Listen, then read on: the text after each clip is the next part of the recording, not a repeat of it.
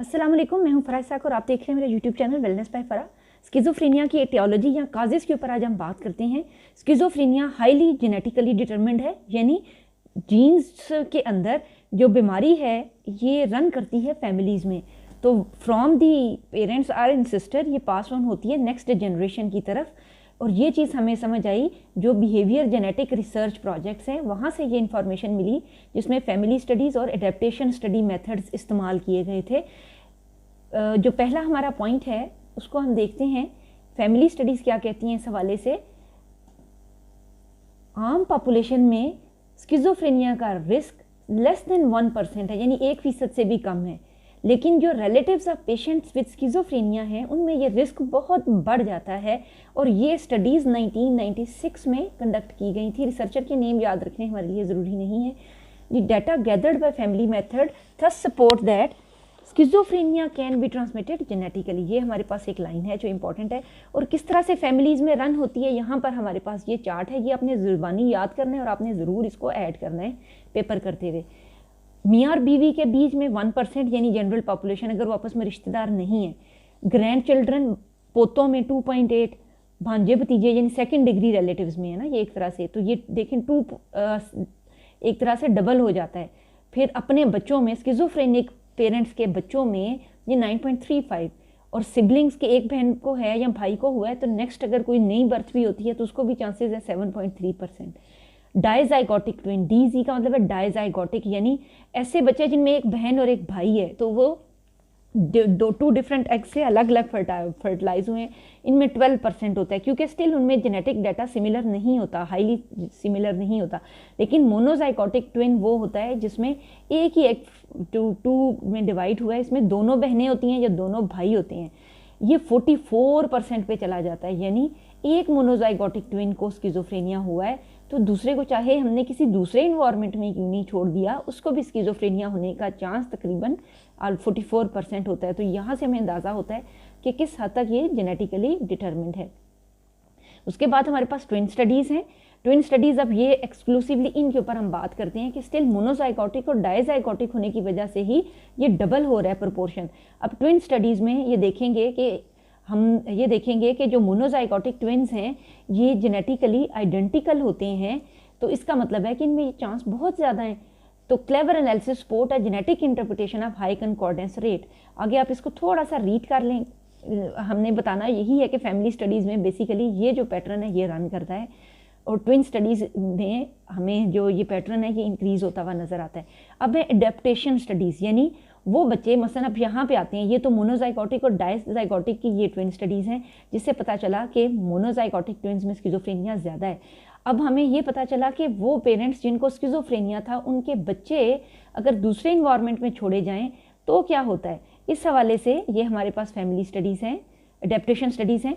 The study of children whose mother had schizophrenia but who were reared from early infancy to non schizophrenic adaptive parents. जो non schizophrenic healthy environment में अगर बच्चे रखे हैं तो भी उनको स्किज़ोफ्रेनिया हुआ है, यानी इन्वायरमेंट चेंज करने से बहुत ज़्यादा फ़र्क नहीं पड़ा। To follow 47 people born between, ये स्टडी का सारा बताया गया है 47 ईयर्स में, 1915 से 47 में women with schizophrenia in state mental hospital. Infants को शुरू से ही बच्चों माँ से अलग कर दिया गया, फॉस्टर पेरेंट्स के पास छोड़ दिया गया। 50 कंट्रोल पार्टिसिपेंट, 50 कंट्रोल वो बच्चे जो नॉन स्किज़ोफ्रेनिक पेरेंट्स के थे उनको भी उनको भी सिलेक्ट किया गया और उनको भी सेम होम्स में भेजा गया, फोस्टर होम्स में केयर टेकर्स के पास भेजा गया जिनमें वो स्किज़ोफ्रेनिक मदर के बच्चे थे। फॉलोअप से हमें क्या पता चला, जो कि 1964 में हुआ, MMPI और IQ टेस्ट वगैरह लगाए गए, बाकी सोशल क्लास रेटिंग्स वगैरह की गई, तो उससे भी हमें इंपॉर्टेंट बातें समझ आई जो ये वाली हैं। अब हम ज़रा इस पर आते हैं कि ये क्या इन्फॉर्मेशन सामने आई थी। Number of participants offsprings of schizophrenic, ये वो हैं जिनके पेरेंट्स को स्किज़ोफ्रेनिया था और ये स्किज़ोफ्रेनिया फ्री पेरेंट्स। दोनों की एज सिमिलर थी, ये कंट्रोल एक्सर्ट किया गया। डिसेबिलिटी का रेशो लो, अब ये यहाँ पर फाइंडिंग स्टार्ट हो रही है। Overall rating of disability, disability किसी भी किस्म की रिटार्डेशन, और जो स्किज़ोफ्रेनिक थे उनमें 65 और इसमें 80। Low score indicate more pathology. Number diagnosed schizophrenic, schizophrenia के चांसेस बच्चों के अंदर 5 निकले, और जो कंट्रोल थे नॉन स्किज़ोफ्रेनिक वो 0% थे। यहाँ से ये देखें कितना कंट्ररी इन्फॉर्मेशन है। मेंटली डिफेक्टिव भी थे स्किज़ोफ्रेनिक पेरेंट्स के बच्चे, साइकोपैथिक टेंडेंसीज भी उनमें ज़्यादा थीं, और डायग्नोस्टिकली न्यूरोटिक यानी एंजाइटी, डिप्रेशन, ये बीमारियां भी इनको ज़्यादा थी। तो यहाँ से भी हमें पता चलता है कि even though the children were reared apart from their schizophrenic parents, still they develop the tendency of schizophrenia. इसका जो ओवरऑल एवेल्यूएशन है ये तो हमें पता चला कि जेनेटिकली डिटरमिन्ड होता है। तो इससे जो हमें कुछ फैक्टर्स नज़र आए कि क्या चीज़ें हैं ऐसी कि जो रोल प्ले करती हैं। फिनोटाइप एक तरह से इन्वायरमेंटल फैक्टर को कहते हैं और जीनोटाइप्स जीन्स को कहते हैं। तो phenotype is not much responsible, genetically determined है ये। तो इसका मतलब है कि ब्रेन के अंदर भी कुछ ऐसी चीज़ें होंगी जो रिस्पॉन्सिबल होंगी। उसमें हम पढ़ने लगे हैं बायोकेमिकल फैक्टर्स। स्किज़ोफ्रेनिक लोगों के अंदर जो ब्रेन केमिस्ट्री है वो किस तरह से एग्जिस्ट करती है। उसमें पहली चीज़ है डोपामीन एक्टिविटी। ये सबसे इनिशियल थ्योरी थी और उसमें काफ़ी वेरिएशन अब तक आ चुकी हुई है। Schizophrenia is related to excessive activity of neurotransmitter dopamine, के डोपामीन की जो न्यूरो ट्रांसमीटर है ब्रेन में, इसकी एक्सेसिव एक्टिविटी स्टार्ट हो जाती है। तो इस वजह से स्किज़ोफ्रेनिया होता है। अगर हम इसकी एक्टिविटी रिड्यूस कर देंगे तो स्किज़ोफ्रेनिया के जो पॉजिटिव सिम्टम्स हैं वो कम हो जाते हैं। शुरू में तो ये पता चला कि एक्सेसिव एक्टिविटी है डोपामीन की, लेकिन बाद में स्टडीज़ ने ये पता चला कि ऐसा नहीं है, बल्कि the major metabolite of dopamine HVA was not found in greater amount in patient with schizophrenia। तो ये काफ़ी हद तक एक हतमी बात नहीं साबित हो सकी है, और इसी तरह ट्रीटमेंट में भी ये चीज़ हतमी साबित नहीं हो सकी है कि डोपामिन ये एक्सेस से ये हो रहा है। Neurochemical variables in human lead researchers to propose excess और ओवर सेंसिटिव डोपामीन रिसेप्टर। बल्कि ये कहा गया कि दरअसल एक्सेसिव अमाउंट नहीं पैदा हो रही, बस ब्रेन के को ये लगता है कि ओवर सेंसिटिविटी हुई है। ये ऐसे ही है कि जैसे दांत में दर्द होना या दांत को या मुंह को ठंडा और गर्म लगना, यानी वही चीज़ हम पहले खाते थे लेकिन सेंसिटिविटी नहीं थी, लेकिन अब सेंसिटिविटी इंक्रीज हो चुकी है। तो यही चीज़ जो रिसेप्टर्स हैं डोपामीन के ब्रेन में, उनमें भी यही हुआ है। यानी पहली तो ये आई थी कि एक्सेसिव एक्टिविटी से होता है, बाद की जो स्टडीज़ हैं उन्होंने ये बताया कि over sensitive dopamine receptors produce कर रहे हैं। Then a high level of dopamine के हाई लेवल नहीं रिस्पॉन्सिबल, बल्कि ओवर सेंसिटिविटी मेन रिस्पॉन्सिबल है। और ये चीज़ PET स्कैन ये वर्ड है, मैं इसको लिख देती हूँ। इसको लिखते हैं positron emission topography. Positron emission topography ये एक टेक्निक होती है जिससे हम ब्रेन इमेजिंग लेते हैं। जिस तरह ये सारी MRI CT स्कैन ये चीज़ें नहीं होती, इस तरह ये PET भी एक बहुत ही सोफिस्टिकेटेड मेथड होता है जिससे हम ब्रेन को स्कैन करते हैं। अच्छा, ये हमारे पास एक हाइपोथेसिस हो गया डोपामीन एक्टिविटी का। सेकंड हाइपोथेसिस ये देखा गया, ऑब्जर्व किया गया है कि जो ब्रेन स्किज़ोफ्रेनिक का वो नॉर्मल लोगों से डिफरेंट होता है। और जो पोस्टमार्टम स्टडीज़ थी उनमें ये पता चला कि एबनॉर्मेलिटीज़ हैं in some areas of the brain. जो स्किज़ोफ्रेनिक्स हैं नॉर्मल लोगों के अंदर वो ब्रेन एबनॉर्मेलिटीज़ नहीं है। वो किस किस्म की ब्रेन एबनॉर्मेलिटीज़ हैं? First one is enlarged ventricles. जो वेंट्रिकल्स थी ये ऐसे करके वो जो पाई जाती हैं ब्रेन के दोनों हेमिस्फीयर्स को कनेक्ट करती हैं, तो वो इनलार्ज्ड हैं, आम लोगों से बड़ी नज़र आई उनके पोस्टमार्टम रिपोर्ट्स में। कहाँ पर? स्ट्रक्चरल प्रोहेबिट्स इन सब cortical temporal limbic area. Temporal जहाँ पर ये जो हेयरिंग है यानी हेलुसिनेशंस यहाँ पे लेंगी, और लिम्बिक एरिया भी उसके साथ ही होता है जो कि एवोल्यूशनरी हिस्ट्री और चीज़ें सारी स्टोरेज ऑफ मेमोरी और बहुत सारे हमारी इंटरनल प्रोसेस से रिलेटेड होता है। हिप्पोकैम्पस ये भी मेमोरी फॉर्मेशन में इस्तेमाल होता है। Basal ganglia sleep awake patterns में, प्री फ्रंटल जहाँ पर हमारी थिंकिंग, रीजनिंग, टेम्पोरल कॉर्टेक्स, तो ये वाले ब्रेन रीजन्स जो बहुत सारे हायर फंक्शंस करते हैं, यहाँ पर हमें नज़र आया कि कुछ स्ट्रक्चरल प्रॉब्लम्स पाई गई थी और साथ में लार्ज वेंट्रिकल्स का प्रॉब्लम आया। ये चीज़ कहाँ से पता चली? CT स्कैन स्टडीज़ हैं, जो CT स्कैन और MRI स्टडीज़ से हमें ये पता चला। Specially these images of living brain tissue have most consistently revealed that some patients, especially males, have enlarged ventricles. Research also shows a reduction in cortical gray matter in both temporal and frontal region, reduced volume in basal ganglia and limbic system। ये line आपने underline कर लेनी है और याद भी करनी है। अच्छा, ये देखें कि ग्रे मैटर क्यों होता है। जहाँ पर न्यूरॉन्स थिक होते हैं वो ग्रे हो जाता है, और जहाँ पर थोड़े थिन होते हैं तो वो जैसे क्लाउड्स की एक लाइनिंग होती है और वो वाइट हो जाती है, तो वो वाइट मैटर बन जाता है। इसका मतलब है कि न्यूरॉन्स का कनेक्शन कम हो जाता है इन एरियाज़ में। तो ये भी देखने में आया है कि इनके ब्रेन का जो एक तरह से स्ट्रक्चरल डैमेज है वो भी पाया जाता है। नेक्स्ट लिखा हुआ है, large ventricles comes from 2 MRI studies of pairs of monozygotic twins who were discordant of for schizophrenia.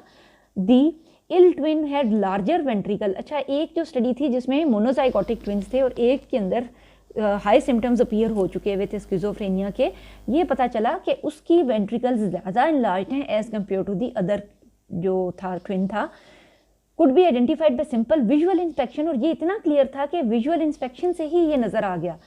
In large ventricle are not specific to schizophrenia, लेकिन ये स्टिल हमारे पास एक खत्मी बात नहीं है। अभी तक हम कोई भी बात खत्मी तौर पे नहीं कह सके हैं, चाहे वो हमारी डोपामीन हाइपोथेसिस था या सीटी स्कैन में इनलार्ज वेंट्रिकल और स्ट्रक्चरल डिफरेंसेस हैं ब्रेन के, उसमें भी हम हतमी तौर पर कुछ नहीं कह सकते हैं कि ये कौन कौन से जो चीज़ें हैं वो एक्चुअली मैटर करती हैं। जैसे उन्होंने कहा कि MR studies have shown reduction in grey matters in the pre frontal cortex. ये सारी बातें हम कर चुके हैं। जितना मैंने अभी अंडरलाइन आपको करवाया है ना, याद करने के पॉइंट ऑफ व्यू से ये इंपॉर्टेंट लाइंस हैं, आपने बीच में से ये वाली लाइंस करनी है। आगे हम चलते हैं, यहाँ तक तो अब हमारा एक तरह से मुकम्मल होता है जेनेटिक हमारा एक तरह से पोर्शन के स्किज़ोफ्रेनिया इज़ जेनेटिकली डिटर्मिन्ड। हमने ब्रेन केमिस्ट्री पढ़ी और उसके बाद स्ट्रक्चर ऑफ ब्रेन वगैरह, ये सारी चीज़ें इसके अंदर आएंगी। अगली जो चीज़ पार्टिसिपेटिंग फैक्टर होती है वो है डिलीवरी कॉम्प्लिकेशन। बच्चे को पैदा होने के फ़ौरन बाद उसके ब्रेन को ऑक्सीजन चाहिए, इसीलिए बच्चा पैदा होने के बाद रोता है, क्योंकि पूरी बॉडी को जो ऑक्सीजन की सप्लाई है उसकी फ्राहमी मुमकिन बनाई जा सके। उस टाइम पर अगर ऑब्स्टेट्रिशियन ने जो काम कर रही हैं उन्होंने कुछ गलती कर दी है, उस वजह से भी कुछ ऐसे डैमेजेस हो सकते हैं ब्रेन सेल में कि उनको रिड्यूस्ड सप्लाई ऑफ ऑक्सीजन है, इस वजह से भी loss of cortical grey matter हो जाता है, जिसकी वजह से स्किज़ोफ्रेनिया वगैरह और इस तरह की और कुछ बीमारियां भी हो सकती हैं, स्पेशली अगर जेनेटिक डायाथीसिस है। जेनेटिक डायाथीसिस का क्या मतलब है कि जीन्स भी थी और प्लस डिलीवरी कॉम्प्लिकेशंस भी हो गई, ब्रेन को ऑक्सीजन भी नहीं मिल सकी। तो ये दोनों फैक्टर्स मिलकर प्रॉब्लम बना रहे हैं। ठीक है, ये दो चीज़ें हैं, जीन्स भी और इन्वायरमेंट में मिल गए हैं, यानी कोई ना कोई रीज़न है तो वो कॉम्प्लिकेट हो गया। साइकोलॉजिकल स्ट्रेस, अगर किसी के अंदर जेनेटिक टेंडेंसी है भी और वो स्किज़ोफ्रेनिक डायग्नोज भी हो चुका है, अगर उसको सोशल सपोर्ट और केयर गिविंग प्रॉपरली मिल रही है तो उसके अंदर बीमारी के एक्टिव फेज होने के चांसेस काफ़ी हद तक कंट्रोल हो जाते हैं as compare to other person. उसमें रीलैप्स कंपैरेटिवली कंट्रोल्ड होता है। तो इस तरह से जो साइकोलॉजिकल फैक्टर्स हैं ये मेजर रोल तो प्ले नहीं करते, बेशक ये जेनेटिकली डिटर्मिन्ड है, लेकिन बीमारी को कैरी ऑन करने में और उसके अंदर एक तरह से उसको उसकी जो मैनेजमेंट है, मैनेजमेंट के पॉइंट ऑफ व्यू से साइकोलॉजिकल फैक्टर्स का अहम फैक्टर है। सोशल क्लास, जो स्टडीज़ हैं ये कहती हैं कि लो सोशियो क्लास, इकोनॉमिक क्लास के लोग और इन जो कहीं ना इकलियतें हैं किसी भी एरिया की, माइनॉरिटीज़ हैं, उनमें स्किज़ोफ्रेनिया के प्रेसिपिटेट होने का चांस ज़्यादा है। लेकिन इसके ऊपर सख्त कंट्रोवर्सीज भी सामने आई हैं और जो क्रॉस कल्चरल स्टडीज़ हैं वो ये बात डिनाई भी करती हैं कि ये एग्जिजरेट किया गया, बल्कि दरअसल जो बहुत से जो एक तरह से इन्वायरमेंटल स्ट्रेसर्स थे वो मेजर कंट्रीब्यूटर्स हैं। The stressors encountered by those in the lowest class could be biological. For example, we know the children of mothers whose nutrition during pregnancy was poor are at higher risk for schizophrenia. तो ये चीज़ें शायद ज़्यादा important हैं। Otherwise जो सोशियोजेनिक hypothesis है ये कहता है कि people believe that stress associated with being in a low social class may cause to contribute to this development of schizophrenia. Still ये सेकेंडरी फैक्टर्स ही होंगे, प्राइमरी फैक्टर्स हमारा जीन्स ही रहेगा। द फैमिली ऑफ स्किज़ोफ्रेनिया, वो लोग जिनकी families में स्किज़ोफ्रेनिया रन करता है, ये देखा गया है कि वो फैमिलीज़ ही हेल्दी फैमिलीज़ नहीं होती और वो डिसफंक्शनल फैमिलीज़ हुआ करती हैं। सिगमंड फ्रॉइड ने फर्स्ट टाइम ये चीज़ और ये टर्मिनोलॉजी कॉइन की थी, जिसको उसने नाम दिया था स्किज़ोफ्रेनोजेनिक मदर्स। ऐसी मदर्स जो कंट्ररी इन्फॉर्मेशन बच्चों को देती हैं और डूज और डोंट्स के हवाले से उनको एक वाज़े पैटर्न नहीं देती हैं। ऐसे बच्चों के, ऐसी मदर्स के बच्चे हमेशा कॉन्फ्लिक्टिंग इन्वायरमेंट में रहते हैं और ऐसी फैमिलीज़ में जहनी बीमारियां और स्किज़ोफ्रेनिया भी रन करने का चांस ज़्यादा होता है, क्योंकि वो हेल्दी फैमिलीज़ नहीं होती हैं, वो हेल्दी बाउंड्रीज़ और हेल्दी लाइफ पैटर्न्स को, हेल्दी लाइफस्टाइल को अडॉप्ट नहीं कर पाती हैं। तो वो रिजेक्टिंग, ओवर प्रोटेक्टिव, सरकास्टिक जो पेरेंट्स होते हैं वो ज़्यादा अनहेल्दी बच्चों को पैदा करते हैं। इसको मैं रीड कर देती हूँ ताकि अच्छा समझ आ जाए, यहीं से ही पढ़ते हो। स्किज़ोफ्रेनोजेनिक मदर, या फ्रॉइड ने याद रखना है कि ये किया था, पॉइंट फॉर दी डोमिनेंट, कैसी मदर्स होंगी, डोमिनेंट है, कॉन्फ्लिक्ट इंड्यूसिंग पेरेंट, मदर कह लें या पेरेंट कह लें, who was said to produce schizophrenia to the offsprings. These mother was characterized as rejecting, over protective, self sacrificing, impervious to the feelings of other, rigid, moralistic about sex and fear of intimacy। इस किस्म की जो mother's हैं उनके बच्चों में schizophrenia होने का चांस ज़्यादा है। नेक्स्ट आते हैं हम डेवलपमेंटल स्टडीज़ की तरफ। ये समझा गया है कि जो स्किज़ोफ्रेनिक लोग होते हैं दे हैव लोअर आईक्यूज़, उनका आईक्यू लेवल लो होता है, और उनकी जो सोशल इंटेलिजेंस है एक तरह से वो भी कम होती है, यानी किस सिचुएशन में कैसे बिहेव करना है। तो यूजुअली जो प्रोड्रोमल स्टेज ऑफ स्किज़ोफ्रेनिया है ना, जब स्किज़ोफ्रेनिया के सिम्टम्स अपीयर होने वाले हैं, उस टाइम पीरियड में ये जो स्टडीज़ हैं बड़ी हेल्पफुल साबित होती हैं, और हम अर्ली आइडेंटिफाई कर पाते हैं कि ये जो बच्चा है जो बड़ा अलूफ और आइसोलेटेड रहता है और किसी की गम और दुख का इस पर असर नहीं हो रहा और फ्लैट इफेक्ट दे रहा है, क्या रीज़न है, तो हम इसको अंदाज़ा लगा सकते हैं इस चीज़ का। प्री स्किज़ोफ्रेनिक पेशेंट, अब प्री स्किज़ोफ्रेनिक पेशेंट वही है प्रोड्रोमल फेज़ है कि इनको भी स्किज़ोफ्रेनिया फुल ब्लोन एपिसोड अभी नहीं आई है। फाइंडिंग क्या देती हैं, teachers describe pre schizophrenic boys as disagreeable in childhood, schizophrenic girls as passive, और इस तरह से दे वर डिलिंक्वेंट के कोई भी जो सोशल काम है, नॉर्म्स है, रिचुअल्स हैं, उनको परफॉर्म नहीं करते और विड्रॉ रहते हैं। यहाँ पर हमारी इटियोलॉजी ऑफ स्किज़ोफ्रेनिया मुकम्मल होती है। इसको हमने अगर दोबारा हम थोड़ा सा देखना चाहें तो मैं आपको ये थोड़ा सा शेयर कर देती हूँ कि हमारे पास इस हवाले से जो इसकी है पिक्चर्स वगैरह हैं अगर, तो उसको हम देख लेते हैं। बायोलॉजिकल थेरीज ऑफ स्किज़ोफ्रेनिया मैंने आपको एक्सप्लेन की, साइकोलॉजिकल थेरीज भी, सोशियो कल्चरल पर्सपेक्टिव भी हमने शेयर की अभी। उसमें हमने फैमिली स्टडीज़ पढ़ी, एडेप्टेशन स्टडीज़ हमने ये देखी अभी, ट्विन स्टडीज़। ये यहाँ पर ना आपको एक ओवरऑल व्यू बन जाएगा कि याद क्या क्या करना है। अगर आपने ये इस तरह से कर लिया जैसे मैं आपको दिखा रही हूँ ना, तो आपको याद रहने के लिए करने के लिए आसानी होगी। लार्ज वेंट्रिकल्स के बारे में लिखना है, वहाँ पर न्यूरॉन डेंसिटी का है, जैसे ग्रे मैटर कम होता है पेशेंट्स में, ये सारी याद रखनी है। प्री नेटल वायरल एक्सपोजर उनको होता है, न्यूरोट्रांसमीटर के डिस्फंक्शंस क्या है, रोल ऑफ डोपामीन क्या है, ये देखा है। मुझे उम्मीद तो यह है कि मेरे साथ पढ़ते पढ़ते ही आपको याद हो गया होगा ना। Over sensitivity of dopamine receptor याद रखना है, ये आखिरी जो लाइन है यहाँ पर ये जो नज़र आ रही है, ये सारी चीज़ें मैंने आपको बताई हैं। प्रेवलेंस का जो चार्ट था अभी आपने देखा वो आपने याद रख लेना है। उसके बाद है ये जो साइकोडायनेमिक थेरी है, जो स्किज़ोफ्रेनोजेनिक मदर है, ये इसमें से आया दरअसल कि हार्श पेरेंट्स हैं वो करते हैं।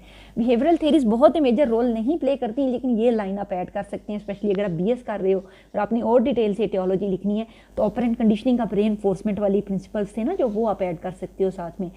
तो इस तरह से रिसर्च एक दो आप ये वाली ऐड कर सकते हो, मैंने आपको ये एक्सप्लेन किया अभी, उसी में ही है कि ये सैम्पल था। और इस तरह से कॉग्निटिव स्टडीज़ क्या कहती हैं, परसेप्चुअल और अटेंशनल डिस्टर्बेंसेस, इस मदद से हम ये दरअसल ज़्यादा हेल्प करती हैं जब हमने ट्रीटमेंट के ऊपर जाना होता है, लेकिन हम इनके नाम ज़रूर ऐड कर लेंगे।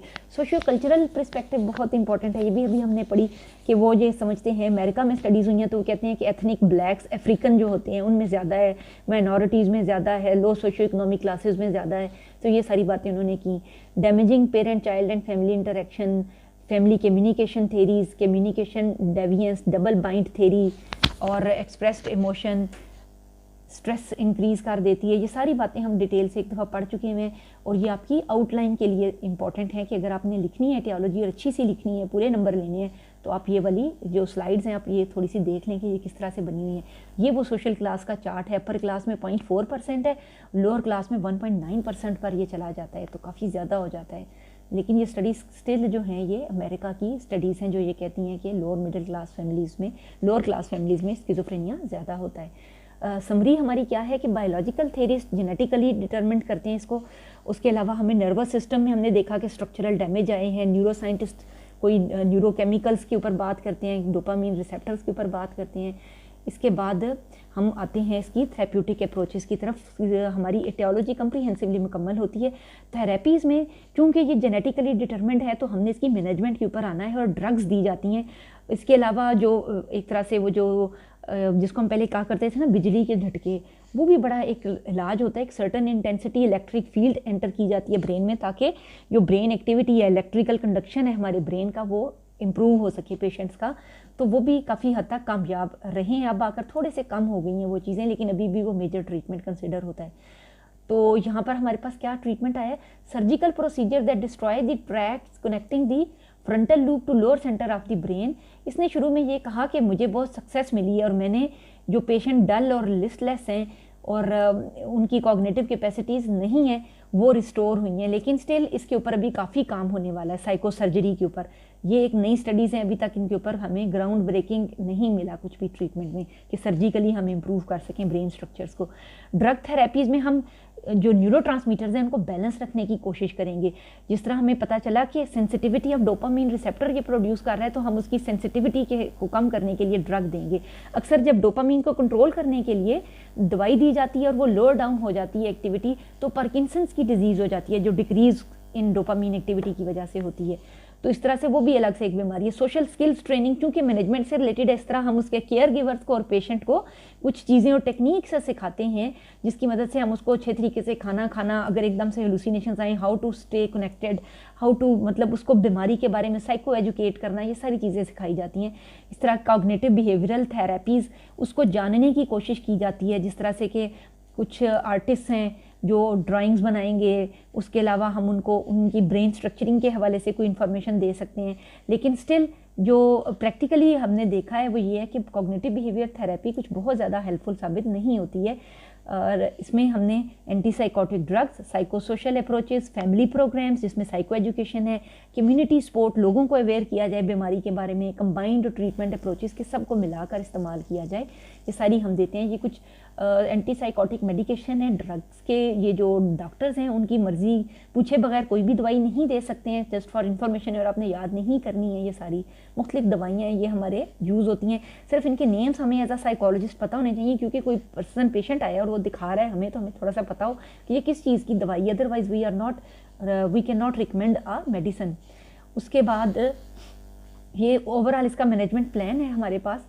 एंटीसाइकोटिक मेडिकेशन दें, गुड रिलेशनशिप होना चाहिए, प्रैक्टिकल हेल्प प्रोवाइड करें, सोशल और कॉग्निटिव स्किल्स इंप्रूव करें, हाउसिंग, सोशल या वर्क के हवाले से उसको हेल्प आउट किया जाए, फैमिली सपोर्ट दी जाए। स्किज़ोफ्रेनिया पाकिस्तान में काफ़ी ज़्यादा है, 1.5% पॉपुलेशन है, मेल फीमेल दोनों में ज़्यादा होता है।